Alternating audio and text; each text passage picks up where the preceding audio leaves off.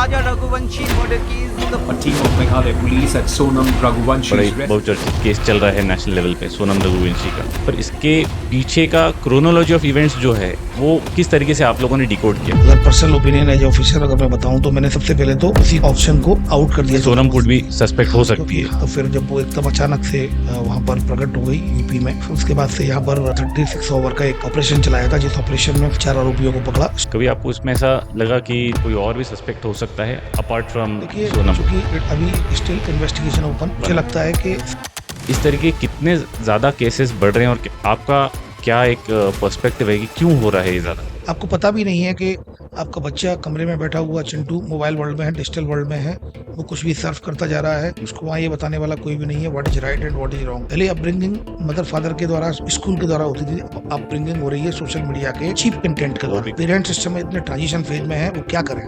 बच्चे को उन्नत है तो स्कूल नहीं जाएगा, लड़ेगा, चिल्लाएगा, रोएगा, खाना नहीं खाएगा, कोई काम नहीं करेगा, तो आपको बच्चे को मोबाइल देना होगा। तो सोशल मीडिया पर रील देखता है, ऑनलाइन गेम खेल रहा है, आपको क्या पता कि आप जो ऑनलाइन गेम खेल रहा है रियल टाइम प्लेयर है, वो साइबर ग्रूमिंग कर रहा हो उसकी। मेरे पास एक 8th क्लास की बच्ची का कॉल आया, सर एक लड़का है मेरी क्लास का, मेरी फोटो लेकर मुझे ब्लैकमेल कर रहा है। Why awareness is important. Pistol arrest हुआ एक लेडी के साथ, 1 करोड़ से ज्यादा का फ्रॉड हुआ। आधे घंटे बाद फोन आया ICICI बैंक से कि आपके अकाउंट से 18 लाख का पर्सनल लोन भी ले लिया।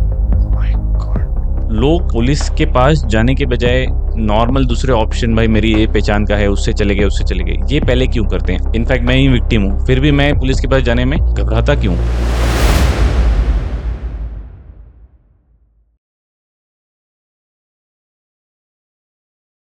गुड मॉर्निंग सर, कैसे हैं आप? मैं ठीक हूँ। मुझे एक ऐसा बड़े एनर्जाइजिंग वाइब लग रहा है। दिस इज सेकेंड टाइम हम किसी पुलिस पर्सनल के साथ में पॉडकास्ट कर रहे हैं। पहले वरुण कपूर सर के साथ किया था। ओके। तो पहले पहले बताइए कि पुलिस में आपको कितने साल हो गए? More than 20 years. More than 20 years. Yes. और ये एक बाई चॉइस था कि भाई पुलिस में जाना ही है? नहीं, नहीं।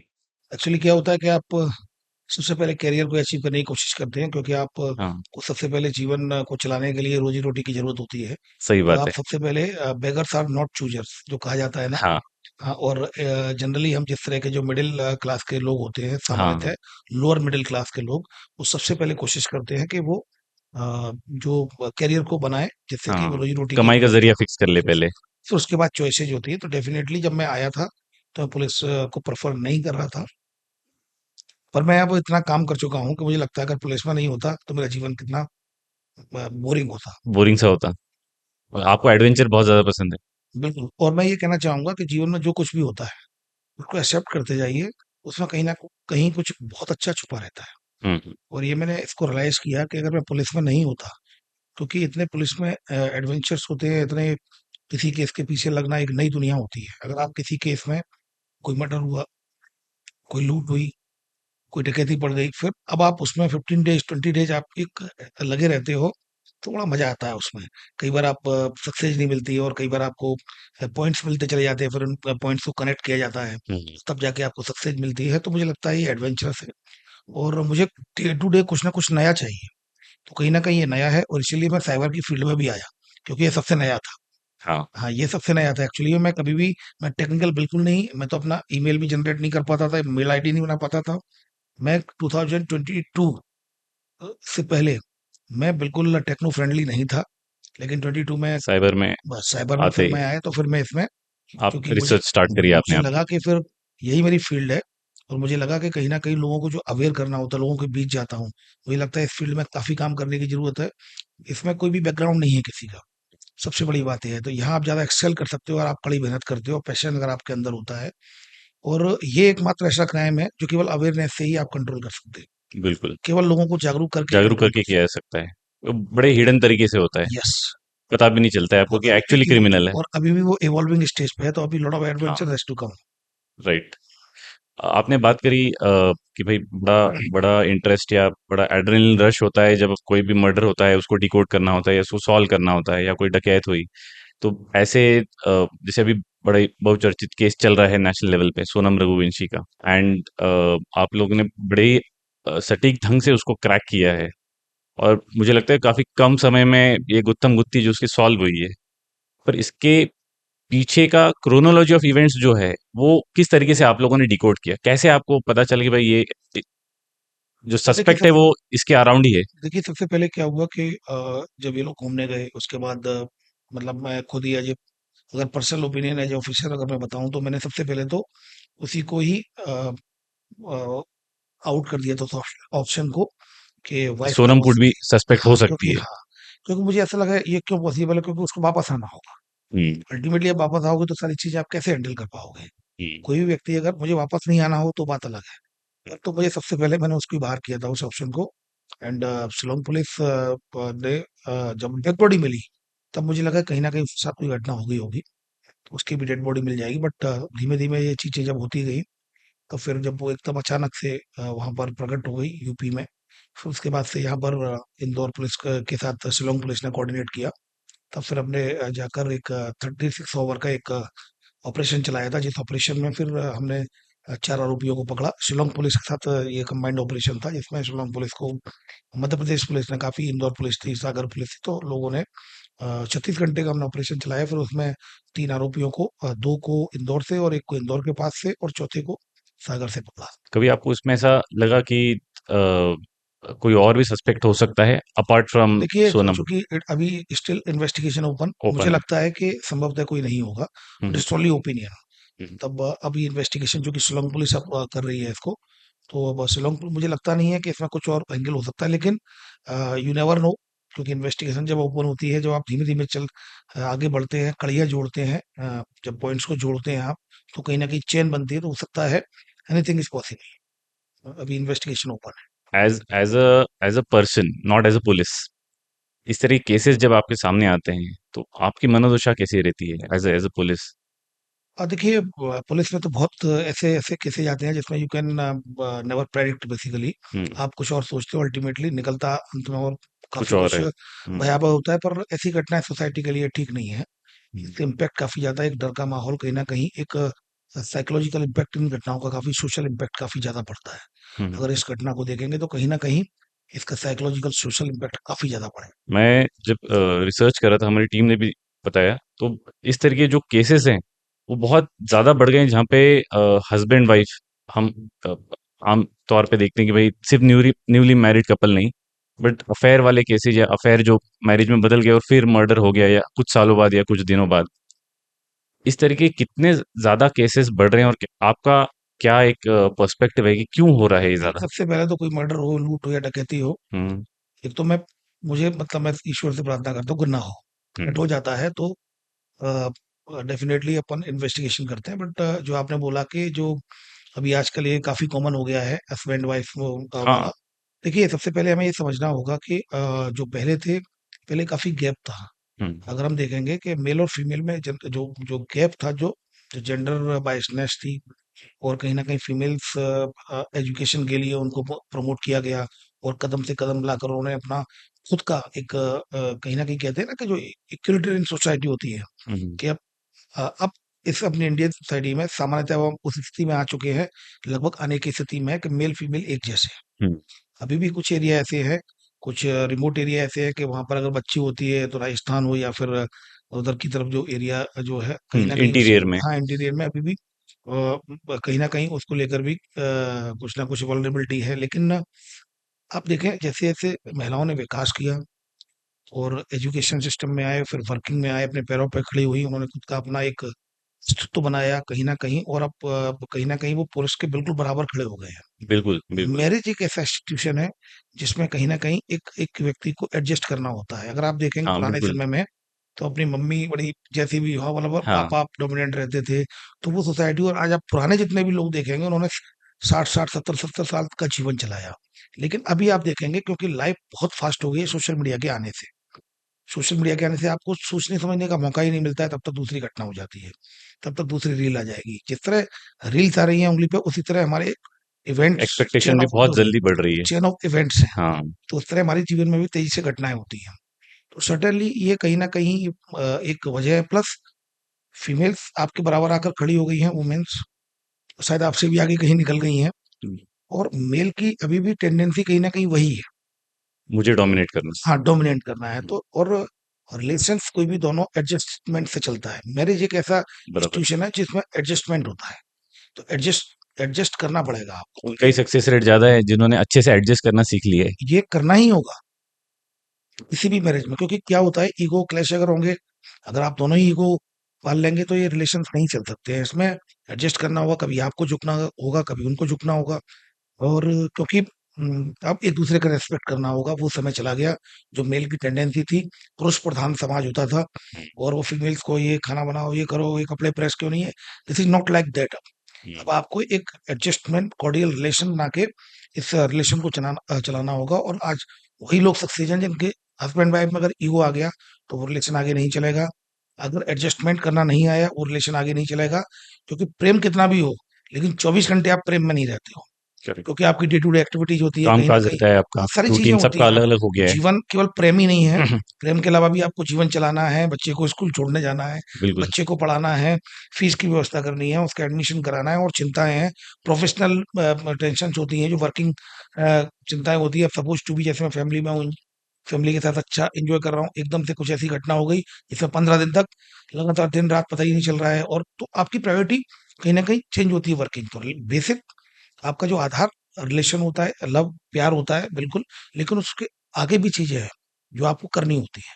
तो बिल्कुल। कहीं ना कहीं टेंडेंसी जो है, ईगो अगर किसी भी रिलेशन में होगा तो वो रिलेशन लंबे समय तक नहीं चलेगा। और मेल्स को भी कहीं ना कहीं इस टेंडेंसी से बाहर आना पड़ेगा कि जो पुरुष प्रधान होता है कि male is dominant character in the family, no, male is the head of the family. Balance रखना बहुत यस, ज़रूरी है बैलेंस आपके बैलेंस माइंडसेट में बनाना भी। पड़ेगा।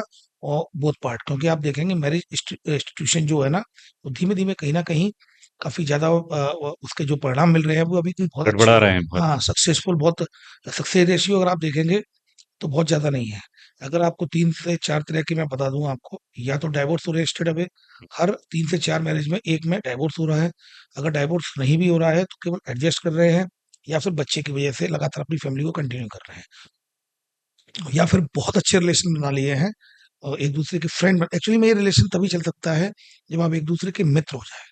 स्पेस दे दोनों यस, एक-दूसरे स्पेस को। दिया जाए, आप फ्रेंड हो जाए, फ्रेंड्स वाला ही रिलेशन चल पाएगा हस्बैंड वाइफ में। क्योंकि आप फ्रेंड्स में होता है ना, कभी आप उसके ईगो को सेटिस्फाइड करते हैं, हाँ, कहीं वो आपके ईगो को सेटिस्फाइड करता है, जस्ट लाइक दैट। खिट-पिट हो भी जाती है तो आप सुलझा लेते हैं यस, थोड़े टाइम। सुलझा लेते हैं क्योंकि सॉरी बोल के।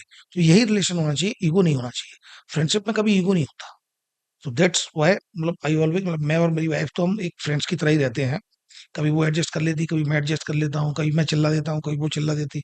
तो इट्स, ये रूटीन मैटर है। कभी-कभार हो तो उसके लिए चिंता करनी चाहिए। हुँ, लेकिन जब रूटीन मैटर्स हो जाए तो स्वाभाविक है, अपन ऑफिस में भी रहते हैं, 8-10 दिन में एक आध बार कहीं न कहीं किसी पे इरिटेट भी हो जाते हैं। तो एक रूटीन अफेयर अगर मान के चलेंगे तो रिलेशन डेफिनिटली अंत अच्छा तक जाता है। पर जिस तरीके के केसेस आपने हैंडल किए और अभी आप लोग कर रहे हैं, एक और इसी केस पे अगर हम बात करें सोनम या इस तरीके जो केस क्रिमिनल माइंडसेट वाले जो होते हैं, तो क्या इस तरह के, क्योंकि मुझे लगता है जिसे कोल्ड ब्लडेड कहते हैं ना, जो पहले से दिमाग में है कि भाई ये मुझे एग्जीक्यूटेड ही करना है और ये करना ही है मुझे, इस तरीके के माइंडसेट वाले क्रिमिनल्स को आप आइडेंटिफाई कैसे करते हैं? क्योंकि इनका कोई हिस्ट्री नहीं है। For example Sonam, I don't think कि उनका कोई हिस्ट्री है क्राइम का, नहीं, किसी की भी हिस्ट्री नहीं है इसमें, किसी भी किसी व्यक्ति भी की की। हिस्ट्री नहीं है। सारे लोग 20 से 25 की एज ग्रुप के हैं। हाँ, सोनम की ही एज 24-25 है, बाकी हाँ, सभी की एज 20, 21, 20, 21 इस तरह से है। हाँ, मतलब मेरे ख्याल से तो वो एज हो गई जिसमें आम तौर पे नॉर्मली आदमी ग्रेजुएट होता है या ग्रेजुएट होके 1-2 साल का हुँ, हुँ। जॉब हिस्ट्री होगी किसी की। बिल्कुल। और इस तरीके का सीरियस क्राइम करना, तो देखो मैं इनको आपको, आप आइडेंटिफाई कैसे करते हैं? देखिए सबसे पहले तो आपको अब अपना नज़रिया चेंज करना होगा चीज़ों को देखने का। अब आप ऑफ़लाइन वर्ल्ड में इस बात को कह सकते हैं, लेकिन अब ऑनलाइन वर्ल्ड में हम लोग आ गए हैं।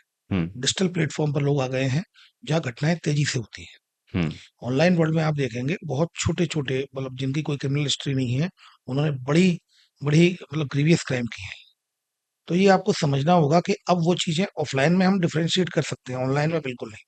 आपको पता भी नहीं है कि आपका बच्चा कमरे में बैठा हुआ चिंटू मोबाइल वर्ल्ड में है, डिजिटल वर्ल्ड में है, वो कुछ भी सर्फ करता जा रहा है, उसको वहाँ ये बताने वाला कोई भी नहीं है what is right and what is wrong. तो जो वो रिसीव कर रहा है उससे उसकी कंज़्यूम कर रहे हैं। परसेप्शन बन रही है। हुँ, परसेप्शन कहीं न कहीं एक्शन का रूप ट्रेन हो लेती है। रहा है वो। क्योंकि आप फिजिकल वर्ल्ड में, ऑफलाइन वर्ल्ड में तो बेटा ये मत कर, बेटा उसके साथ मत जा, बेटा वो बंटी गंदा लड़का है, चिंटू इसके साथ मत रहो, हुँ, ये इसका लड़का ठीक नहीं है। ये दोस्त अच्छा नहीं है। डिजिटल वर्ल्ड में आप क्या करोगे? ऑनलाइन में जब चिंटू अकेला अपने कमरे में मोबाइल वर्ल्ड में खोया हुआ है डिजिटल वर्ल्ड में, कौन किसको क्या बताएगा? So that is the biggest point. अब पहले अपब्रिंगिंग मदर फादर के द्वारा स्कूल के द्वारा होती थी, अब अपब्रिंगिंग हो रही है सोशल मीडिया के हम्म, चीप कंटेंट के वो द्वारा भी भी। कुछ परसेंटेज है जो अच्छा कंटेंट ट्रेन भी कर है रहे हैं और आप। कुछ चीप कंटेंट भी है जिसमें स्लैंग लैंग्वेज यूज होती है। आजकल आप बच्चों को देखेंगे कि रील्स की वजह से आप कितनी अच्छी स्कूल में उनका एडमिशन करा दें, कितनी अच्छी सोसाइटी में दे दें, लेकिन बच्चे जो रील्स जो फर्जी टाइप की जो स्लैंग लैंग्वेज यूज लैंग्वेज की है जाती है, चीप लैंग्वेज यूज की जिस पे जाती है, सेंसर वो तो है ही नहीं हाँ कुछ। वो लैंग्वेज यूज करने लगे हैं छोटे से बच्चे। है साला क्या करता है इस टाइप के जो बनती है ना, और इनमें सबसे ज्यादा व्यू मिलते हैं गालियां देने लगे हैं, हम तो आमतौर पे जस्ट देखते हैं। Because of that hmm, social media की वजह से। आपकी सोसाइटी बहुत अच्छी है, आप फैमिली में बिल्कुल डिसिप्लिन मेंटेन कर रहे हैं, बहुत अच्छा स्कूल है वहां पे डिसिप्लिन मेंटेन है, हम्म। पर सोशल मीडिया क्या करोगे?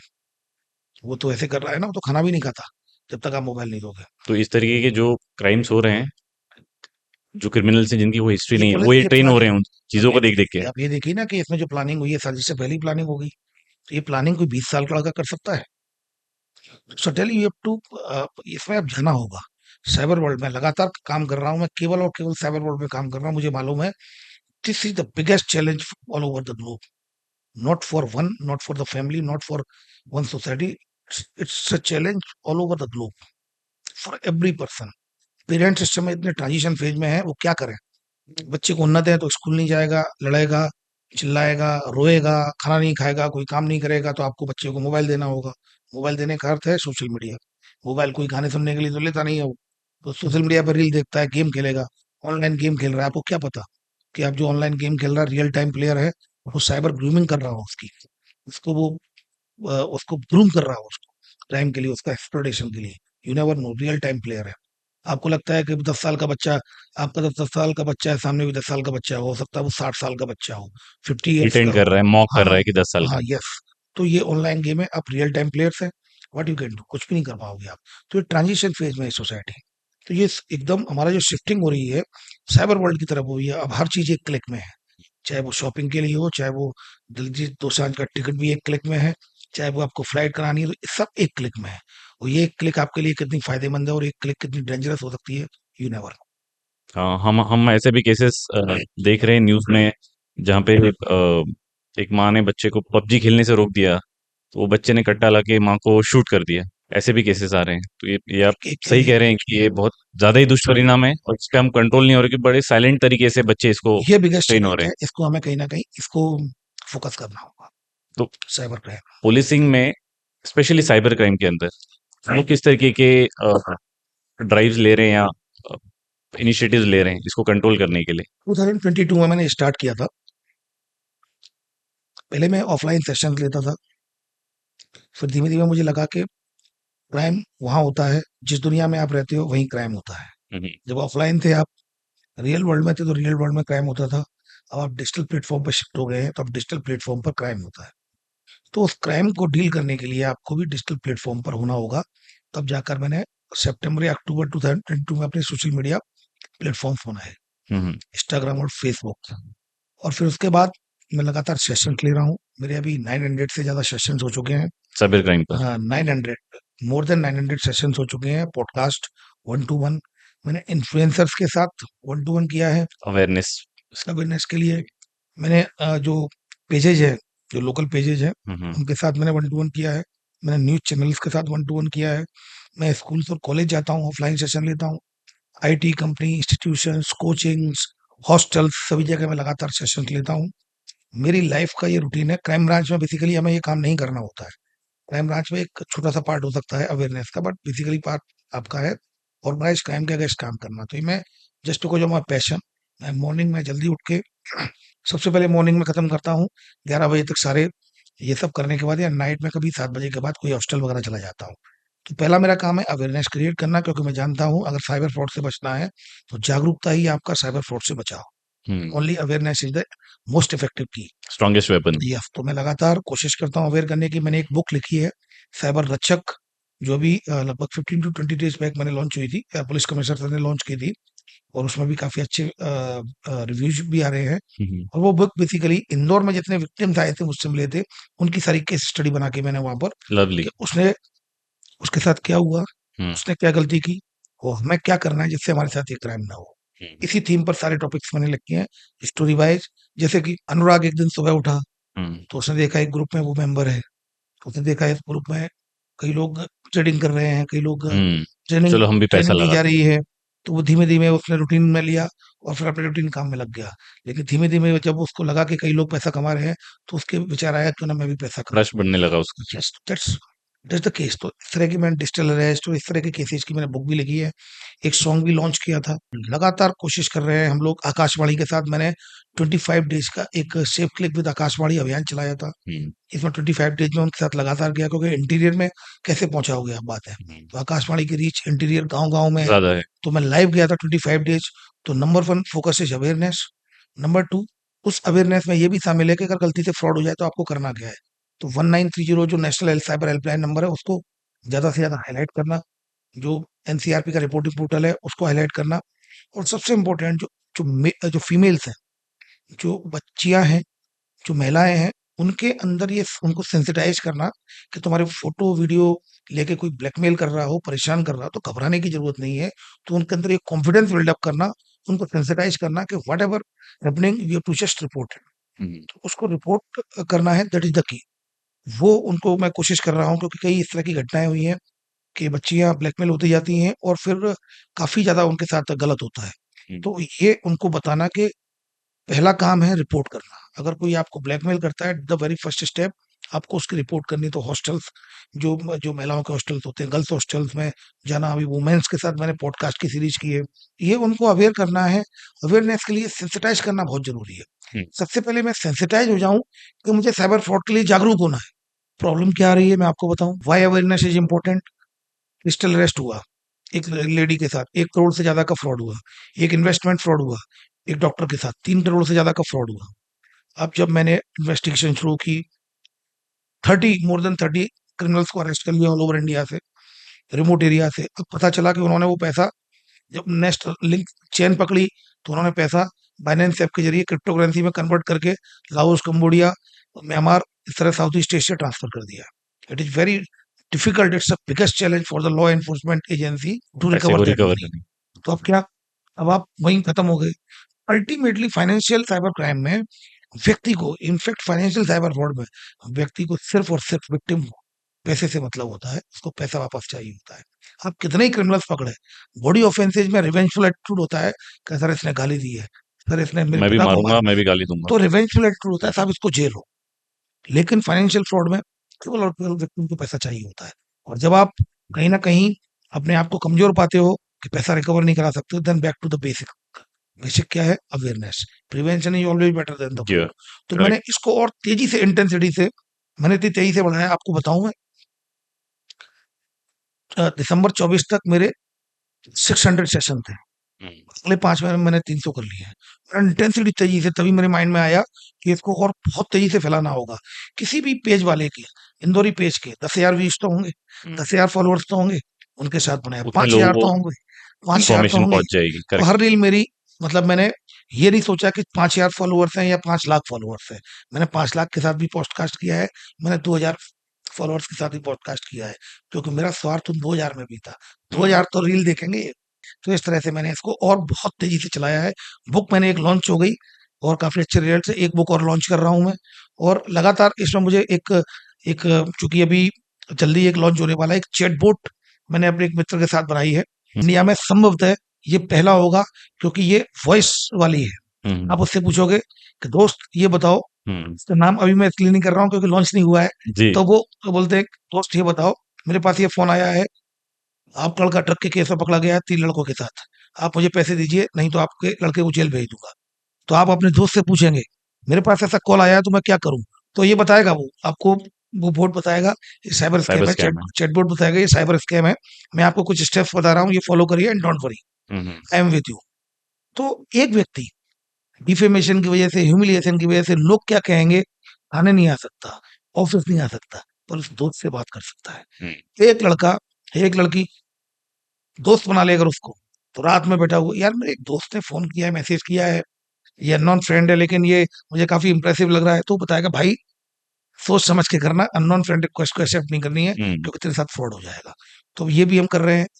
पर राजेश जी एक एक बात बताइए कि इतने जो डेडिकेटेड एफर्ट्स आप और आपकी टीम लगा रहे हैं, पर आम तौर पर कोई भी अगर क्राइम होता है, हम साइबर क्राइम ले या मर्डर ले या चोरी डकैती, नॉर्मल कुछ भी, लोग पुलिस के पास जाने के बजाय नॉर्मल दूसरे ऑप्शन, भाई मेरी ये पहचान का है, उससे चले गए, ये पहले क्यों करते हैं? आज भी ऐसा है कि भाई पुलिस के पास मेरा मेरा कोई केस हिस्ट्री नहीं है, मैंने कोई क्राइम किया नहीं है, इनफैक्ट मैं ही विक्टिम हूँ, फिर भी मैं पुलिस के पास जाने में घबराता क्यों? लैक ऑफ अवेयरनेस, ये भी जागरूकता का अभाव है। हमें पता ही नहीं है, हमें ऐसा लगता है कि हमने फ़िल्में देख के पुलिस की छवि बना ली है। हम्म, ब्रिटिश काल के समय की पुलिस को हम आज भी अज़्यूम करते हैं और फ़िल्मों में दिखाया जाता है पुलिस एकदम मार रही है, तो ये पहले बता, हमको ही मारेगी। हाँ। बता, बता तूने ये क्यों किया? ये सब नहीं होता है। ये सिर्फ़ उसमें दिखाई देता है फ़िल्मों में, सीरियल्स में उसको एक्साइटिंग बनाने के लिए एकदम कोई गया फ़िल्मी हीरो जो पुलिस ऑफ़िसर का रूप है, सर ये मुँह नहीं खोल रहा, हम्म, ठंडा उठाया और पट-पट तो ये दिखाने के लिए कोशिश करता है, सेंसेशन क्रिएट करते हैं, वो ऐसा नहीं है। पुलिस मीडिया हाइप है ये। पुलिस हम डेफ़िनेटली पुलिस बहुत आगे जा चुकी है। नॉर्मली जो बॉडी शेमिंग हो जाती है कि भाई किसी के फोटो कहीं से उठा लेते हैं, वीडियोस कहीं से ले लेते हैं, गर्ल्स के, या किसी को ब्लैकमेल करने के लिए, भले वो मेल फीमेल हो, इन इन चीजों से कैसे बचा जा सकता है? देखिए, सबसे पहले बचने के लिए तो ये है कि पर्सनल इन्फॉर्मेशन शेयर नहीं करें, अपने अकाउंट को पब्लिक ना करें, ये सारी चीज़ें। बट अगर हो जाता है, उसके लिए मैं आपको बताता हूँ, उसके स्क्रीनशॉट रखें। कोई वेबसाइट बनाई है, कोई हम्म। प्रोफ़ाइल बना ली है उसने, फेक प्रोफ़ाइल बना के उस पे वायरल करने की धमकी दे रहा होगा, मैसेज किया होगा, इसकी स्क्रीनशॉट रखें एविडेंस के रूप में। आधार कार्ड की कॉपी रखें, एक कंप्लेंट रजिस्टर करें, national cyber crime reporting portal NCRP का पोर्टल है ओके। www.cybercrime.gov.in, आप इस पर कंप्लेंट कर सकते हैं। इंदौर क्राइम ब्रांच ने इन्हीं सब चीज़ों के लिए फीमेल्स के लिए specially we care for you wing बनाई हुई है। ओके। रीगल चौराहे क्राइम ब्रांच पर इसका ऑफिस है। हम्म। यहाँ पर आप आकर कंप्लेंट कर सकते हैं। इसका हेल्पलाइन नंबर है 7049124444। मैं आपको केस बताता हूँ। एक 8th क्लास की बच्ची है, उसका मेरे पास फ़ोन आया। मैं हर सेशन में जाता हूँ तो अपना नंबर दे के आता हूँ। मैं उनको ये बोलता हूँ, जब जीवन में सारी जगह तुम्हें कहीं भी रास्ता नहीं मिले तो इसको ज़रूर कॉल करना। कोई भी नेगेटिव थॉट्स, कोई भी नेगेटिव डिसीज़न लेने से पहले एक बार इसको ज़रूर कॉल करना, यूज़ करना। तो मेरे पास एक 8th क्लास की बच्ची का कॉल आया। मैंने कहा, हेलो यस, कि सर मैं इस स्कूल से बोल रही हूँ। तो सर उस दिन आप सेशन लेने आए थे सर, आपने नंबर दिया था सर। मैंने कहा हाँ। सर एक लड़का है मेरी क्लास का, मेरी फ़ोटो लेकर मुझे ब्लैकमेल कर रहा है सर। तो मैंने उससे बोला ओके, तो मैंने कहा ठीक है। तो मैंने उसको ऑफ़िस बुलाया, वो ऑफ़िस आई स्कूल से। ऑफ़िस आने के बाद मैं उस लड़के को भी बुलाया, डिलीट वगैरह करा दिया सारी चीज़ें। बच्ची के पेरेंट्स आए, बच्ची के पेरेंट्स और टीचर साथ में आए। उन्होंने ये कहा कि सर ये बच्ची हमारी है, हमारे साथ रहती है। टीचर्स बोल रहे थे सर हमारे स्कूल में पिछले 7-8 सालों से है, हम इससे रेगुलर मिलते हैं, पर इसने हमें अपनी प्रॉब्लम शेयर नहीं की। आप एक सेशन लेकर आए हो, आपको फ़ोन कर दिया। सो दैट इज़ द पॉइंट। लोग बदल रहे हैं, चीज़ें बदल रही हैं। आईटी कंपनियों में जाता हूँ मैं, कॉलेज में जाता हूँ, फ़ोन आ जाता है अगले दिन, सर कल आए थे सर, सर मेरी एक प्रॉब्लम है। लोग कनेक्ट कर पा रहे हैं। Yes, that is the point. तो अगर आप देखेंगे चीज़ें काफ़ी बदल रही हैं। अगर हम प्रेजुडिस होके पूर्वानुमान से जो पूर्वानुमान होता है, हम्म। उससे अगर ग्रसित रहेंगे, तो हम डेफ़िनेटली आगे नहीं बढ़ पाएगा। That is lack of awareness. आप जाइए ऑफ़िस में जाके मिलिए। ये हो सकता है वर्कलोड ज़्यादा है, पर डे इतनी कंप्लेंट्स आ रही है, आपको वेट करना पड़ा है, but this is the process. Actually में हाउ टू डू इट, हम्म। आपको करना ही होगा ना। 4 लोगों का स्टाफ है, उसको एक साइबर क्राइम की रिपोर्ट रजिस्टर करनी है। दिन में 40 कंप्लेंट्स आती है। एक कंप्लेंट रजिस्टर होने में 45 मिनट लगते हैं। अब इकट्ठे 7 लोग आ गए, दे हैव टू वेट। फिर बोले कि थानों के बाहर बैठना पड़ता है, but they are doing hmm. So थोड़ा उनकी अपनी पेशेंस। भी यस, चैलेंजेस हैं। पेशेंस रखना होगा। बहुत बार ऐसा भी होता है, मतलब मैं डिफेम करने के लिए नहीं बोल रहा हूँ, जनरल एज अ सिटीजन पूछ रहा हूँ कि बहुत बार होता है कि न्यूज़ में, क्योंकि हालांकि हमारे लिए वही सोर्स है इंफॉर्मेशन का, जानने के लिए भाई कि कैसे हो रहा है, व्यवस्था कैसी है, कि हम गए और हमने एफआईआर लॉन्च करने बोले और एफआईआर लॉन्च नहीं हुई, तो इसका जनरल प्रोसेस कैसा होता है भाई? देखिए कि भाई डायरेक्ट एफआईआर लॉन्च होती है कि नहीं पहले? देखिए फाइनेंशियल फ्रॉड में वो डायरेक्ट होती नहीं है, पहले कुछ हम्म। इंक्वायरी होती है हम्म। और बॉडी ऑफेंस है तो तुरंत होती है, मेडिकल कराया जाता है और एफआईआर होती है। ओके। सी मतलब आपका जो भी इंस्टीट्यूशन होता है आपकी सोसाइटी में, और सोसाइटी का फेस होता है। हम्म। कई पॉडकास्टर भी ऐसे हैं जो आपको असहज कर देंगे, कुछ ना कुछ फितूर टाइप के क्वेश्चन पूछते हैं। ड्रामा क्रिएट करने के लिए। कई न्यूज़ चैनल्स वाले एंकर्स होते हैं, तो बहुत ऐसे रिएक्ट करते हैं। वो तो बेसिकली वो तो तो हर इनफेमस है सिस्टम उसके में लिए। हर तरह के लोग होंगे। हम लोगों में से ही तो कोई पुलिस वाला बना होगा ना। हाँ। जैसा सोसाइटी का चेहरा है, तो सोसाइटी का व्यक्ति वही तो गया है, वो वहाँ जाके चेंज थोड़ी होगा।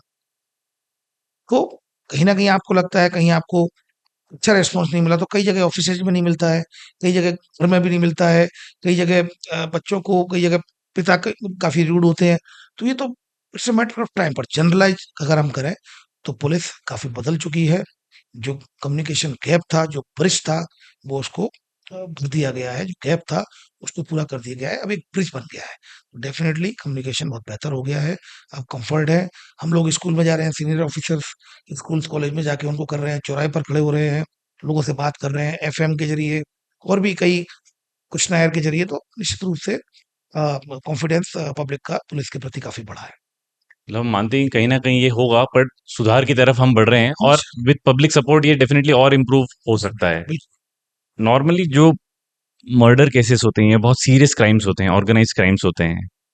तो इन तरीके के लोगों को जब जेल होती है, हाउ डू दे डिसाइड कि इनको लाइफ इम्प्रिजनमेंट होगा, उम्र कैद जिसको बोलते हैं, या भाई डेथ पेनल्टी होती है?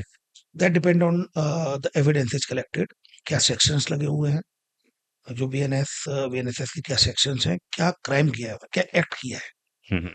मर्डर है, वो मर्डर ऐसा मर्डर है सपोज टू बी कि एक 2 साल की या 3 साल की बच्ची के साथ गलत काम करते हुए उसका मर्डर कर दिया हो, तो डेफिनेटली डेथ पेनल्टी उसमें जाएगी, हुँ, हुँ। क्योंकि ये काफ़ी जघन्य कृत्य है।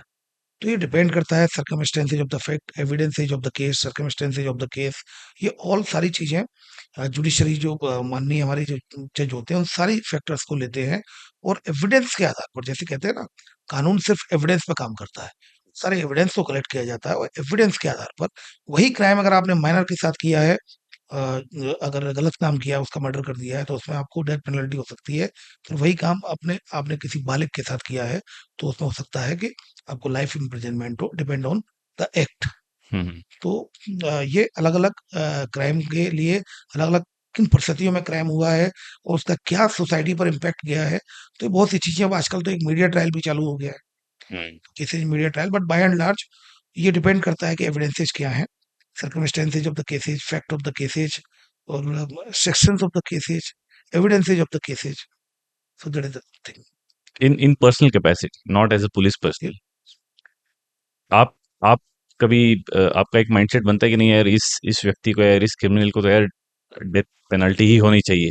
आप कभी-कभी ऐसा बनता है personal capacity as an yes, individual? Yes, कुछ केसेज़ जो बच्चों के साथ होते हैं ना, हुँ। जो बहुत छोटे बच्चे, जो 3 साल, 4 साल, 5 साल, 6 साल के बच्चियों के साथ, 10 साल की बच्चियों के साथ, उसमें तो लगता है कि डेफ़िनेटली इस तरह का काफ़ी स्ट्रॉन्ग उसको पनिशमेंट मिलना चाहिए, क्योंकि वो अगर सोसाइटी में रहा, तो कहीं न कहीं और भी इस न्यूसेंस ही तरह है, के कोई वैल्यू नहीं इमोशंस, है। ऐसे लोग जिनका बच्चों के साथ कोई इमोशंस नहीं है, मतलब कोई व्यक्ति कैसे कर सकता है? क्रिमिनल माइंडसेट ही हो सकता है, क्योंकि बच्चे को रोता तो कोई भी नहीं देख सकता। एक आम व्यक्ति भी नहीं देख सकता। तो कहीं न कहीं ये डेफ़िनेटली ऐसा लगता ही है, कड़ी से कड़ी सज़ा।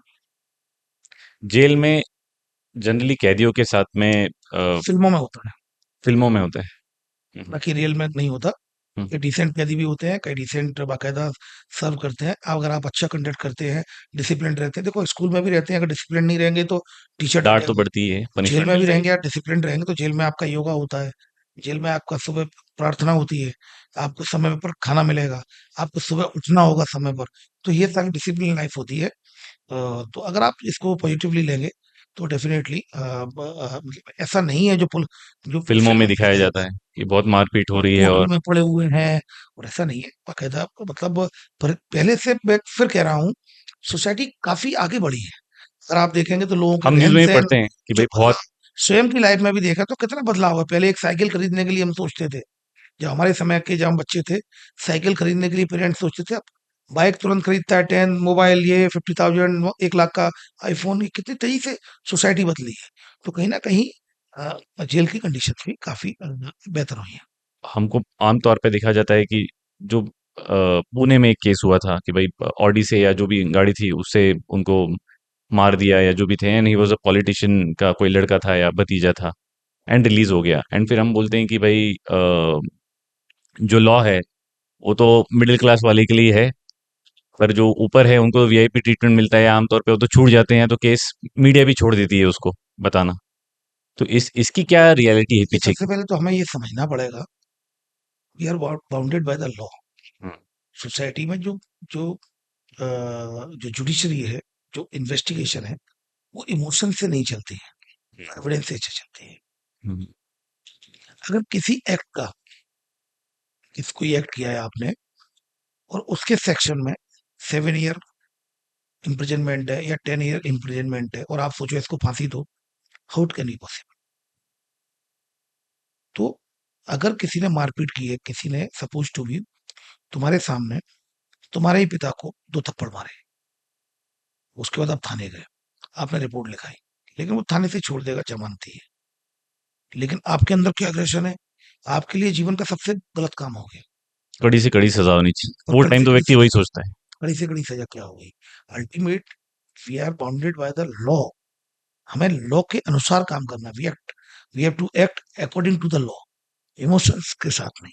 इसलिए तुमने देखा है ना, कानून, correction is one of the step. Yes, आपने देखा है ना कि जो फिल्म में दिखाया जाता है कानून पट्टी अंधा, based on evidence only. Unbiased होना चाहिए। Yes, that is the point. तो इसमें ऐसा नहीं है कि उसको जल्दी जमानत होगी। अगर आप देखेंगे एक्सीडेंट के केसेज में यही स्थिति है। पर क्या आपको लगता है कि ये केसेस क्योंकि अनसॉल्व रह जाते हैं, नहीं या फिर उसका प्रेडिकमेंट बाहर नहीं आता है? नहीं नहीं, पनिशमेंट होता है, पनिशमेंट मिलता भी है और वो प्रोसीडिंग्स होती है। हम्म, हमें लगता है कि 3 दिन में इसका सब कुछ तोड़ हो जाए, हम्म, प्रोसेज होते हैं भाई। एविडेंस होंगे, एक डायरी होगी, चालान पेश होगा, उसकी राइट, राइट टू, जो राइट टू है हियरिंग का उसको राइट है, अपनी बात कहने का उसको अधिकार दिया गया है कानून में, आरोपी को भी, तो वो अपनी बात तो कहे। हम्म, एक प्रोसेस होगा, एक प्रोसेस को फॉलो नहीं करेंगे हम, प्रोसेस को फॉलो करेंगे, उसको जेल के पीछे, जेल की सलाखों के पीछे भेजेंगे, इन्वेस्टिगेशन कंप्लीट करेंगे, हम्म, चालान पेश करेंगे, कोर्ट में फिर विक्टिम्स को सुना जाएगा, तब उस एविडेंसेस के आधार पर ही तो सजा मिलेगी। या इमेजिनेशन के आधार पर ये बहुत बुरा किया इसने, क्यों ना इसको 10 साल की सजा दे दी जाए? नहीं, ये बिल्कुल एविडेंस एज पर सारी चीजों पर काम होता है, उसके बाद ही फिर फाइनल आउटकम होता है, अनबाइस्ड होता है। We have to do whatever we are doing according to the law. जैसे संजय दत्त के केस में हुआ था कि भाई वो जेल में गए भी थे, लोगों को लग रहा था पहले कि नहीं, क्योंकि बड़े बाप का बेटा है और सेलिब्रिटी का लड़का है, तो पर बहुत बार वो अंदर भी गए ये आप खुद और बाय देखिए लॉ ना, पैरोल पे भी आए बाहर। कई पॉलिटिशियंस हैं, कई सीनियर ऑफिसर्स जेल चले गए। हम्म, पॉलिटिशियंस की आपने बात करी है, जिक्र किया है, तो क्या कभी पुलिस पे पॉलिटिकल प्रेशर या इस तरह का दबाव होता है कोई भी केस में? ये लोगों का मानना है, धारणा है, धारणा है कि पॉलिटिशियन की वजह ऊपर से से पुलिस फोन प्रेशर। आया और केस बंद हो सिर्फ गया। इतना मैं बता देता हूँ कि ये हो सकता है 10 लोग रिपोर्ट लिखा रहे हो, होगा कहीं सीनियर पॉलिटिशियन का फोन आ गया कि भाई मैं इनको भेज रहा हूँ, सीएसपी साहब इनको देख लेना, इनकी ये परेशानी। देखो इसको ऐसे समझे, अब इसको रिवर्स समझे। अगर आप गली में 20 परिवार से कनेक्टेड है, हम्म, ठीक है, और आप को लोग मानते हैं कि भैया बहुत अच्छे हैं, तो जैसे ही वो आपके पास वो हो गया, तो आप फोन करोगे मैं बोल रहा हूँ, क्योंकि वो लोग आपसे जुड़े हैं। ठीक उसी प्रकार ये जनप्रतिनिधि है जो जनता के द्वारा चुनकर आते हैं। तो क्या करते हैं, कुछ लोग थाने पहुंचते हैं, कुछ लोग कि भाई साहब हमारे साथ ये हो गया, भाई साहब मुझे पासपोर्ट बनवाना है भाई साहब, तो वो वहां जाते हैं। तो एज ए जनप्रतिनिधि, जनता की समस्या के लिए वो बिल्कुल आपको फोन करते हैं कि यार देख लेना, पर ये नहीं कहते कि इसको आरोपी बनाओ, इसको मत बनाओ, इसको गलत एफआईआर लिखो। ऐसा नहीं होता है। रजिस्ट्रेशन टोटली, ये डिसीजन टोटली आपका होता है ये। और वो कभी प्रेशर नहीं करते, वो तो सिर्फ ये कहते हैं भाई इसकी बात सुन लेना, मैं भेज रहा हूँ, ये परेशान है। ऐसे कई लोग भेजते हैं।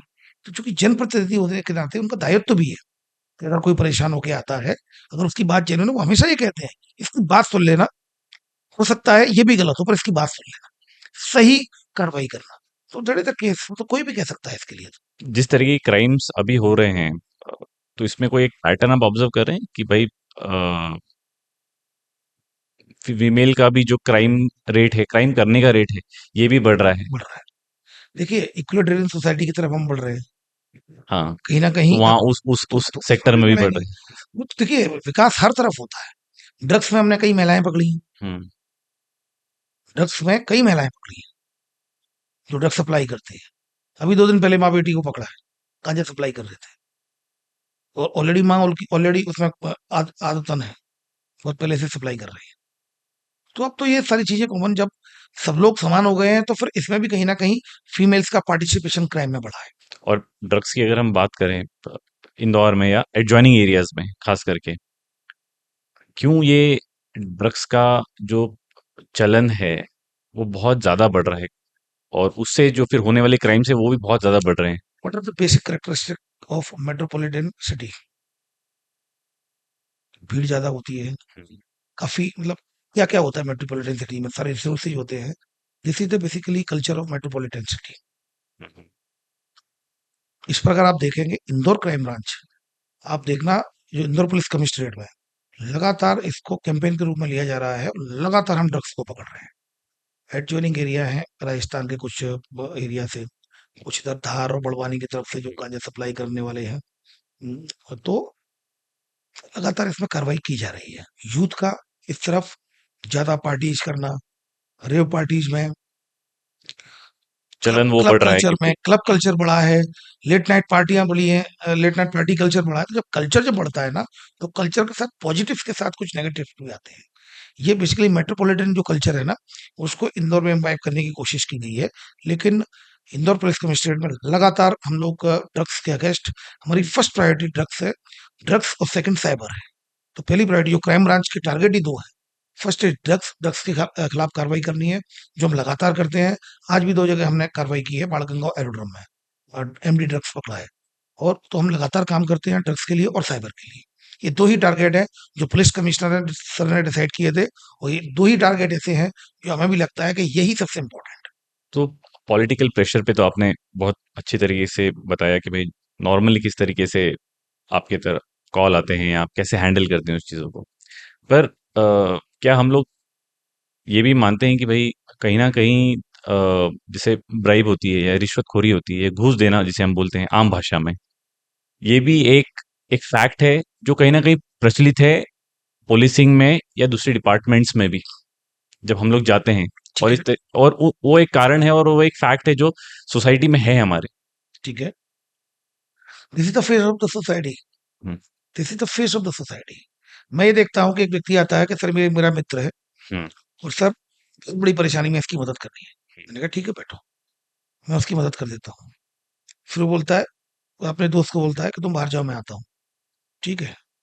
तो फिर मुझसे बात करता है, भैया अब कभी आओ भैया घर, मैं लेट्स हो गया यार, मैं आता हूँ फिर कभी। 2 दिन बाद पता चलता है कि वो बाहर जाके बोलता है कि सर से मेरी बात हो गई और पैसा ले लेता है। This the face of the society. Hmm. जब आम पब्लिक जिसको दोस्त बना के ला रही है उससे पैसा ले रही है। आम पब्लिक में भी ये है कि भाई ठीक है, मैं तेरा काम कराया, मुझे पैसे दे। जल्दी सेटल कराना चाहते हैं वो। हाँ, मतलब मुझे पैसा दे, मैंने तेरा काम कराया। तो लोग कहीं न कहीं it's the face of the society. तो कहीं न कहीं मैं मानता हूँ, हर सिस्टम में इस तरह के लोग हैं, लेकिन बहुत कम है। आप देखें लगातार विजिलेंस काम कर रही है, लोकायुक्त हो, ईओडब्ल्यू हो, सीबीआई हो, ईडी हो, एसीबी हो, करप्शन के लिए। तो सभी लोग लगातार लोगों को, ऐसे लोगों को पकड़ा जा रहा है।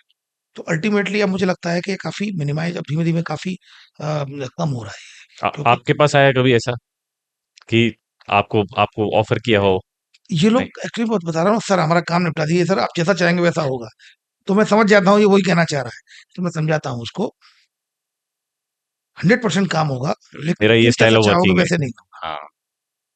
इसलिए अब मैंने क्या किया, कोई व्यक्ति आता है कि मैं काम कर देता हूँ, फिर वो बोलता है कि 1 मिनट तुम बाहर वेट करो, मैं आ रहा हूँ भैया से बात करके। मैंने कहा नहीं बैठो यार, ऐसी कौन-सी प्राइवेट बात है कि जो अकेले में करनी, बैठो। मैं किसी को जाने ही नहीं देता अपने ऑफिस चैम्बर से, साथ में आए हो साथ में बैठो। चाय अकेले में नहीं पियेंगे, साथ में पियेंगे, यहीं पियेंगे। आम जनता से आपकी क्या एक्सपेक्टेशन रहती है कि जब भी कोई क्राइम होता है ना, वो सीरियस क्राइम हो, साइबर क्राइम हो, कि वो किस तरीके से एक एक्टिव पार्टिसिपेशन लें चीजों को सुधारने में? सबसे इम्पोर्टेंट ये है हाँ, हाँ। ट्रैफिक। हम्म, ट्रैफिक व्यवस्था पुलिस बिगाड़ती तो नहीं होगी, हम्म। ये तो क्लियर है ना? आम जनता ही बिगाड़ती है। पुलिस ये तो बिगाड़ती तो नहीं है ना? सत्य है। पुलिस सुधार नहीं पा रही होगी, चलो ये आप ब्लेम कर सकते हैं, पर पुलिस बिगाड़ रही है, ये तो संभव नहीं है ना? सुधार नहीं रही है, ट्रैफिक व्यवस्था खराब है, पुलिस क्या कर रही है, आप ये आरोप लगा सकते हैं। पर ये नहीं लगा सकते कि पुलिस ने आज ट्रैफिक यहाँ का बिगाड़ा, वहाँ का बिगाड़ा, द्वारकापुरी का, अन्नपूर्णा का बिगाड़ा आज यहाँ। तो सुधारने के लिए काम नहीं कर रही है, लेकिन बिगाड़ नहीं रही है। कौन बिगाड़ रहा है?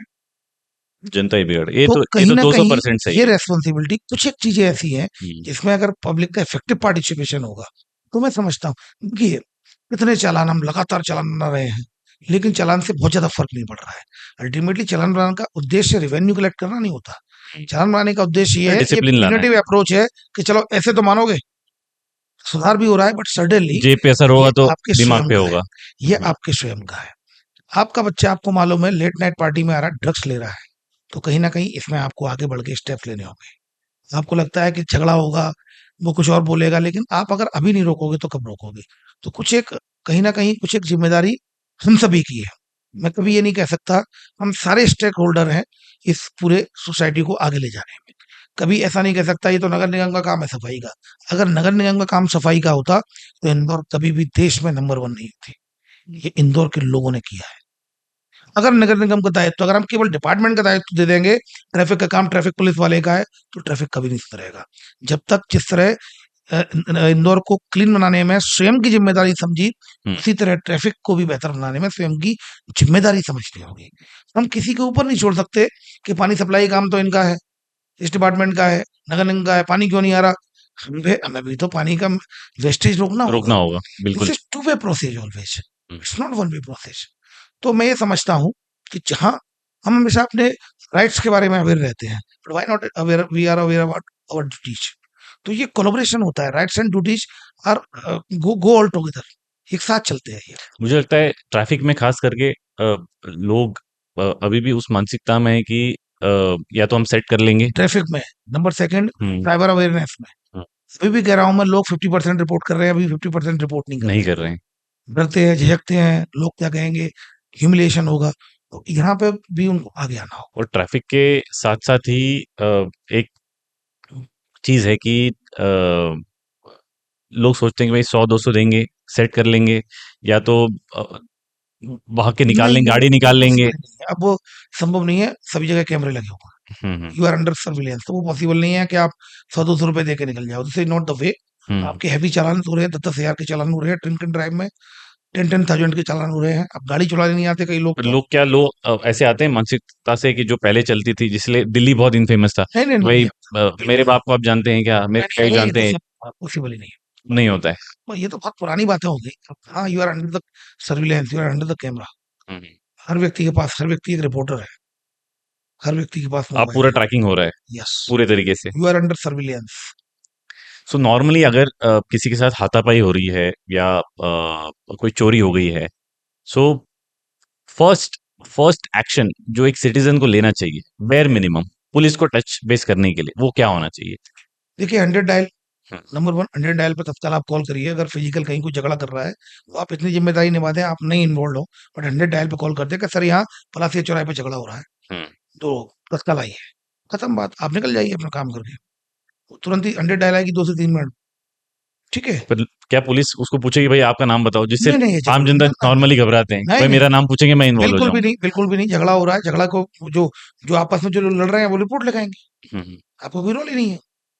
आप तो एक राशन स्पेक्टेटर हैं आप। हाँ, तो आप तो बिल्कुल आप अच्छी मदद कर रहे हैं लोगों की। तो रिपोर्टिंग इम्पोर्टेंट है। हम्म, साइबर क्राइम में मैं कहना चाहूंगा 1930 नेशनल साइबर हेल्पलाइन नंबर है। जैसे ही साइबर फ्रॉड हो, इमीडिएटली इस पर कॉल करके अपनी कंप्लेंट रजिस्टर कराएं। एनसीआरपी का रिपोर्टिंग पोर्टल, अगर आपका इंस्टाग्राम, व्हाट्सएप ये हैक हो गया हो, व्हाट्सएप या फिर आपका कुछ सोशल मीडिया प्लेटफॉर्म कोई भी हैक हो गया हो, उसमें उसके लिए इमीडिएटली www.cybercrime.gov.in, ये एनसीआरपी का रिपोर्टिंग पोर्टल है, आप इस पर कंप्लेंट करें। अगर आपका मोबाइल खो जाता है तो घबराएं नहीं, इंदौर का सिटीजन कॉप पर जाएं, सिटीजन कॉप पर आप कंप्लेंट रजिस्टर कर सकते हैं। ऑल ओवर इंडिया में कहीं भी अगर आपके साथ अगर आपका मोबाइल खो जाता है तो इमीडिएटली सीईआईआर पोर्टल है, सेंट्रल इक्विपमेंट आइडेंटिटी रजिस्टर, आप इस पर जाकर अपनी कंप्लेंट रजिस्टर करा सकते हैं। आप यहाँ पर मोबाइल भी अपना ब्लॉक कर सकते हैं, जो मोबाइल को ब्लॉक करा सकते हैं वहां से। इसके अलावा आप कई सिमें चल रही हो जिससे इलीगल एक्टिविटीज हो रही हो, इसके अलावा अगर आपको लगता हो कि आपके नाम से कई सिमें चल रही हैं, हम्म। आपके डॉक्यूमेंट्स यूज हुए, आपको पता ही नहीं है, तो आप टेफकॉप एक पोर्टल है जिस पर आप ओके। जाकर चेक कर सकते हैं। टेफकॉप, TAFCOP। करना ये होगा, आपका जो मोबाइल मोबाइल नंबर है जो आधार कार्ड से कनेक्टेड है, हम्म, लिंक्ड है, उसको डालना होगा, स्क्रीन पर आ जाएगा कि आपके नाम से कितने नंबर चल रहे हैं। आप वहीं से रिपोर्ट भी अमेजिंग। कर सकते हैं कि आप इसको वहां से बंद भी करा सकते हैं। ओके। तो ये ऐसे ही साइबर क्राइम में जहाँ थोड़ा बहुत नॉलेज मुझे है कि डार्क वेब में ये जो हादसे हैं ये ज़्यादा होते हैं, ये जो साइबर क्राइम रिलेटेड एक्टिविटीज़ है, तो क्या ऐसा कुछ है जहाँ से डार्क वेब पे कुछ जो मेरा ईमेल एड्रेस या मेरी पर्सनल इन्फॉर्मेशन यूज़ हो रही है, ये बिल्कुल, पता कर सकें? बिल्कुल ये संभव है कि आपकी यूज़ हो रही है। देखिए, अगर मेल यूज़ हो रहा है, अगर हैक किया गया है, हैव आई बीन फाउंड, हाँ, हाँ, ये एक वो है, आप उस पे ओके। जाकर चेक कर सकते हैं। Have I been found? हाँ, okay. Found, PWNED, P PWNED, PWNED, okay. PAWNED या PWNED है, हाँ, PWNED, ओके। इस पे पता हैव चल आई बीन जाएगा। फाउंड। तो आप देखोगे तो आपका लाइफ में कभी भी मेल को हैक करने की कोशिश की होगी, आ जाएगा इसमें। तो इससे बचा कैसे जाए? इससे तो मुझे जानकारी मिल जाएगी भाई मेरी इन्फॉर्मेशन कहीं न कहीं मिसयूज़ हो क्योंकि रही ये है, जो भी हो रही है। दिस इज़ अ वेग कांसेप्ट, दिस इज़ अ हाँ, वेग डिस्कशन कि कैसे बचा जाए। अल्टीमेटली पूरा जीवन में जो कुछ है, हाँ, वो सब कुछ है डाटा। हाँ। ऑनलाइन वर्ल्ड में डाटा ही आपका इम्पोर्टेंट है और डाटा को कैसे प्रोटेक्ट किया जाए, तो उसको कई तरीके हैं जिसकी वजह से आपको कई सिक्योरिटी प्रोटोकॉल फॉलो करने पड़ेंगे जिससे आप अपने डाटा को ब्रीच होने से बचाया जा सके।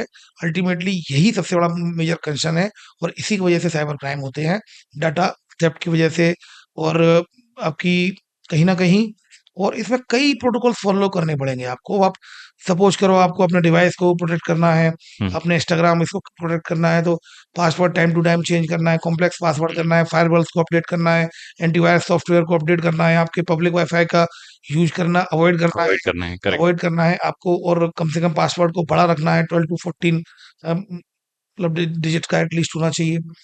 बहुत सी ऐसी चीज़ें हैं जो आपको सिक्योरिटी प्रोटोकॉल्स में फॉलो करनी पड़ेंगी। ऑनलाइन शॉपिंग जाएँगे तो अलग-अलग क्रेडिट कार्ड्स हैं हाँ, आपके तो अलग-अलग एक्टिविटीज़ अवॉइड की अलग-अलग जैसे सपोज़ करो ऑनलाइन शॉपिंग में जाना है तो वेबसाइट को कैसे आइडेंटिफ़ाइड करना है कि हम जिससे परचेज़ कर रहे हैं वो सही है या गलत है, सिक्योर्ड होना चाहिए। कैसे सिक्योर्ड होगा, आप कैसे उसको सिक्योर्ड वेबसाइट होनी चाहिए। अब आप अगर आप ज़ोमैटो का, स्विगी का या कोई भी एक आपको कॉल करके श्रीमाया से आपको कुछ भी बुलाना है, आपने गूगल से श्रीमाया का नंबर लिया तो आपके साथ फ्रॉड हो जाएगा क्योंकि गूगल गूगल से अपडेट डाय नहीं करता है पीरियोडिकली नहीं, उसको। नहीं, गूगल क्या करता है, ये साइबर फ्रॉडस्टर्स होते हैं, हुँ, जो सर्च इंजन ऑप्टिमाइज़ेशन के तहत अपने नंबर को हायर रैंक करा लेते हैं। अब अगर आपने डाला Zomato customer care number, original के ऊपर उसकी लिस्टिंग सबसे पहले दिखेगी। तो वही आएगा। अभी एक फ्रॉड हुआ था, आईपीएल देखने के लिए जियो हॉटस्टार उसने डाउनलोड कराने की कोशिश करा रहा था। हुँ, तो उसने गूगल पे से नंबर लिया जियो स्टार हुँ, का और नंबर लेकर जियो हॉटस्टार हुँ, जी हॉटस्टार। जियो हॉटस्टार का वो लिया आईपीएल देखने के लिए। गूगल से कस्टमर केयर का नंबर लिया हुँ, हॉटस्टार का, जियो हॉटस्टार का और उसने फिर कॉल वॉल किया, लिंक पर चले गए, 1,30,000 रुपए कट गए उसके। हुँ। फ्रॉड हो गया। आधे घंटे बाद फ़ोन आया आईसीआईसीआई बैंक से कि आपके अकाउंट से 18 लाख का पर्सनल लोन भी ले लिया है। My God! हर फ्रॉड के अलग-अलग चीज़ें हैं कि इसमें क्या अवेयरनेस ही करना एक है। यस। सॉल्यूशन है और कुछ नहीं किया जा सकता है। कैसे संभव है कि आप घर के अंदर कहीं एक मोबाइल में आप खोए हुए हो और कुछ अनक्लिक कर दो और फिर बोलो कि पुलिस क्या कर रही है? ठीक ये है, साइबर क्राइम तो केवल अवेयरनेस से ही कंट्रोल होगा। अब मैं बहुत ज़्यादा समय आपका नहीं लूँगा क्योंकि आपका एक व्यस्त शेड्यूल भी है। अ, कुछ एक इम्पोर्टेंट क्वेश्चन है कि पेरेंट्स का रोल क्या होना चाहिए बच्चों को और एक यंग जनरेशन जिनको हम जेन ज़ी बोल रहे हैं, जेन अल्फ़ा बोल रहे हैं, जो आगे की पीढ़ी है, उनको ड्रग्स जैसे खतरनाक चीज़ से बचाया जाए? पेरेंटिंग अप्रोच को कहीं न कहीं चेंज करने की ज़रूरत है। मोर फ्रेंडली अप्रोच रखनी होगी। हर चीज़ें शेयर की जाएँ। इसे बहुत है इसमें अलग ही एक पॉडकास्ट अपन बना सकते हैं। हुँ, हुँ, what should be the parenting approach? क्या होनी चाहिए पेरेंट्स की अप्रोच? पेरेंटिंग अप्रोच को चेंज करना होगा, मोर फ्रेंडली रखनी होगी, कम्युनिकेटिव रखना होगा, शेयरिंग रखनी होगी, हर एक-दूसरे को शेयर करें उसका माइंडसेट। जैसे मैं बताता हूँ हमेशा कि पेरेंट्स 10 प्रॉब्लम अपनी बताएँगे, देखो मेरे साथ ऐसा हुआ, ऐसा हुआ, ऐसा हुआ। धीमे-धीमे वो कम्युनिकेशन डेवलप होगा। बच्चा भी आपको शेयर करना शुरू कर देगा। इम्पोर्टेंट ये है कि प्रॉब्लम तो आप बाद में सॉल्व करेंगे। सबसे पहले टू फाइंड आउट प्रॉब्लम। हुँ। प्रॉब्लम पता करना सबसे बड़ा बिगेस्ट चैलेंज है पेरेंट्स के लिए क्योंकि कई बच्चे सुसाइड कर लेते हैं। पेरेंट्स को सुसाइड के बाद पता चलता है कि ऑनलाइन जो बेटिंग ऐप का एडिक्टेड था, ये ऑनलाइन गेमिंग ऐप का एडिक्टेड था, कहीं फँस गया, कहीं ट्रैप हो गया। तो सबसे पहले कम्युनिकेशन बहुत तेज़ी से बढ़ाना होगा। इसके अलावा वो फ्रेंडली पेरेंटिंग अप्रोच होगी। हुँ, हुँ। अवेयरनेस वीडियोज़ उनको दिखाने होंगे, ड्रग्स पे छोटे फ़नी, वो सीरियस कुछ भी नहीं देखेंगे। अगर आप इस गलतफ़हमी में जी रहे हैं कि आपने बहुत अच्छा कंटेंट दिखाया है, नो। कंटेंट अच्छा होना इम्पोर्टेंट अब नहीं है क्योंकि आप सोशल मीडिया रील्स के दौर में हैं। जो उनको उँगली बहुत उनकी फ़ास्ट कंज़्यूम कर रहे हैं। हाँ, बहुत फ़ास्ट है उनकी उँगली वहीं रुकेगी जहाँ उनको जो पसंद है, उसी रील को सही है और देखेंगे। गलत ये इम्पोर्टेंट नहीं ये है। इम्पोर्टेंट नहीं तो आप अगर ये सोचते हैं कि मैं इतनी महत्वपूर्ण जानकारी दे रहा हूँ, वो सुन नहीं रहा है बच्चा या बच्ची सुन नहीं रही है, नो वो नहीं सुनेंगे। वो सुनाएंगे उसी को फनी वे में, उसी को इस तरीके से, जो जिस तरह कार्टून देख रहा है वो, तो उसी तरह उस कार्टून तरीके की समझाना yes, ज़रूरी है। कई अवेयरनेस के हमने वीडियो बनाए हैं काफी, चार्ली के साथ, हुँ, चार्ली की गर्लफ्रेंड, चार्ली को सो रहा है अपने दोस्त के साथ, देख मेरी गर्लफ्रेंड, दोनों की गर्लफ्रेंड एक ही निकलती है, तब फिर बोलते हैं कि डेटिंग ऐप में ऐसा हो रहा है। आपको अपनी बात कहनी है, पहले भी कहते थे, आज भी कहते हैं, लेकिन अप्रोच आपको बदलनी होगी कम्युनिकेशन की। ठीक। आखिरी 2 सवाल हैं। एक कोई मिथ है या धारणा है, गलत धारणा है जो पुलिस इन्वेस्टिगेशन रिलेटेड है, जो आम जनता को है, जो आप चेंज करना चाहेंगे? रिपोर्ट न करना एक बेहतर ऑप्शन हो सकता है, इस मिथक को मैं चेंज करना चाहूंगा। जो लोग छुपा जाते हैं वो बाद में फिर एक बड़े क्राइम का शिकार हो जाते हैं। तो ये मिथक है, उनको लगता है कौन पुलिस जाए, इससे अच्छा 10,000 का ही तो लॉस हुआ है, हुँ, कौन रिपोर्ट कराए। ये जो मिथक है ना, ये और जो ह्यूमिलिएशन हो जाएगा या हाँ, और ज़्यादा खर्चा खर्चा हो उठाएंगे, जाएगा। मजाक उड़ाएंगे साला, और पता नहीं पुलिस में जाके कहाँ वहां परेशानी हो। हुँ, तो ये कहीं ना कहीं, ये जो मिथक है, हुँ। इसको मैं हटाना चाहूंगा। तो ऑलवेज रिपोर्ट, रिपोर्ट करने के लिए हमें 2 बार नहीं सोचना है। राजेश जी का डेफिनिशन क्या है जस्टिस का? विक्टिम सेटिस्फेक्शन, बहुत सटीक। It is beyond the law, as a person I am just बिल्कुल, टेलिंग यू, बिल्कुल। Victim satisfaction. अगर मैं कुछ भी मेहनत करूं और विक्टिम अगर सेटिस्फाइड नहीं है, कुछ हद तक सेटिस्फाइड हो, डिग्री में फर्क हो, टाइप में नहीं, काइंड में नहीं। आप एज़ अ पुलिस पर्सनल अपना एक स्ट्रॉन्ग माइंडसेट कैसे रखते हैं? बिकॉज़ ये सिर्फ़ पुलिस की बात नहीं है। नॉर्मली भी हमको जीवन में एक जो बोलते हैं ना एक बहुत स्ट्रॉन्ग माइंडसेट होना चाहिए हर किसी सिचुएशन में। वो आप कैसे कैसे बना के रखते हैं? देखिए, जब भी आप लो महसूस करते हैं, जो मैंने सीखा अपने जीवन में, हाँ, जब आप लो महसूस करते हो तो आप काफी, बॉडी लैंग्वेज भी आपकी बड़ी डाउन हो जाती है, मेंटली भी आप डिस्टर्ब रहते हो, तो आपको स्वयं को कड़ी मेहनत से बाउंस बैक कर सकते हैं। Hard work is the only की। कई बार परिणाम नहीं मिलते हैं, केसेज में आपको नहीं होता, ह्यूमिलिएशन होता है, कई बार आप कोशिश करते हैं, नहीं कर पाते हैं, लोग बोलते हैं पुलिस क्या कर रही है, आप कड़ी मेहनत से बाउंस बैक कर सकते हैं। जैसे कि मैं बताऊं कि मैं साइबर फ्रॉड के बारे में कुछ नहीं जानता था, 2022 से पहले कोई व्यक्ति अपना मेल आईडी नहीं बना सकता हो, वो हुँ। आदमी आज साइबर एजुकेटर और साइबर पता नहीं क्या क्या मुझे बोला साइबर जाता है। अवेयरनेस में हाँ, एक्टिवली वर्क अभी कर रहे हैं। एक दिल्ली की एक कंपनी ने टॉप 10 लोगों को इंडिया में जो फाइंड आउट किया है, जो बिजनेस इंडस्ट्री में काम कर रहे हैं, तो अवेयरनेस में मुझे भी उन्होंने इंक्लूड किया है।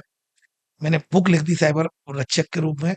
तो इट इज नॉट पॉसिबल। 2022 के पहले के राजेश में और अब के राजेश में बड़ा फर्क है। तो जो टेक्नो फ्रेंडली नहीं था, तो मैं कहीं ना कहीं इसको समझ रहा हूँ, और ये रिलीवेंट है। मैं रिलीवेंसी को बड़ा फोकस करता हूँ। मैं रिलीवेंसी को, कि जिस समय जिसको मदद मिलनी चाहिए उस समय मिली, तो वो रिलीवेंट है। उसके बाद मिली जब, उसके लिए कोई इंपॉर्टेंस नहीं रह गया। ये ठीक वैसे ही है कि क्रिकेट मैच का टिकट आधे मैच के बाद जब उसका रोमांच खत्म हो जाए, फिर कोई दे चल भाई मैं तो जा रहा हूँ तू देख ले, तो उसका कोई इंपॉर्टेंस नहीं। तो रिलीवेंसी बहुत फोरमोस्ट ज़्यादा की, मायने रखती है, और हार्ड वर्क। Hard work. आप लाइफ में कभी भी, कई बार परिणाम आपके अकॉर्डिंग नहीं होंगे, लेकिन आप हार्ड वर्क करेंगे, बाउंस बैक करते हैं, फिर जो सफलता मिलती है, वो सफलता आपका कॉन्फिडेंस होती है। थैंक यू सर, आज आपने बहुत ही इम्पोर्टेंट चीज़ें साइबर क्राइम रिलेटेड और ऑल्टरनेटिव जो भी क्राइम्स होते हैं, दूसरे भी व्यतिरिक्त साइबर क्राइम व्यतिरिक्त जो क्राइम होते हैं सोसाइटी में, उससे कैसे बचा जाए और जो हमारे पास सॉल्यूशंस हैं, जो एक्शंस हम ले सकते हैं, जो आपने वेबसाइट्स बताई, ऐप्स बताए, डायरेक्ट हेल्पलाइन नंबर्स बताएँ। और मुझे ख़ास करके ये जो आपने बताया डार्क वेब रिलेटेड जो है, जहाँ आपकी इन्फॉर्मेशन पता चल सकती है, भाई आपका ईमेल वगैरह यूज़ हो रहा है या नहीं हो रहा है। इस सभी चीज़ों के लिए बहुत-बहुत धन्यवाद। और जैसे आपने बताया, खास एक सेपरेट एपिसोड हम ज़रूर करेंगे, आपसे फिर समय लेके, साइबर क्राइम को पूरा डिकोड करेंगे उसमें। और हम भी चाहेंगे कि हम आपके साथ मिलके और आपके ऐसे पुलिस पर्सनल्स के साथ मिलके सोसाइटी में हमारा जो कंट्रीब्यूशन है, अपार्ट फ्रॉम वोट देना, हम वो करें ताकि सोसाइटी में जो चेंज है, हमारे लिए, आगे के जनरेशन्स के लिए, हमारा भी एक कंट्रीब्यूशन उसमें हो जाए। सारी चीज़ों के लिए बहुत-बहुत धन्यवाद sir. Thank you very much. दोस्तों, हम हमारे चैनल के कंटेंट के थ्रू कॉन्स्टेंटली आप तक वैल्यू पहुंचाने की कोशिश कर रहे हैं। तो अगर आपने हमारे चैनल को अभी तक सब्सक्राइब नहीं किया है, तो ज़रूर सब्सक्राइब करिएगा। ये मुझे और मेरी टीम को एक मोटिवेशन देगा और अच्छे गेस्ट और अच्छा कंटेंट आप तक पहुंचाने में।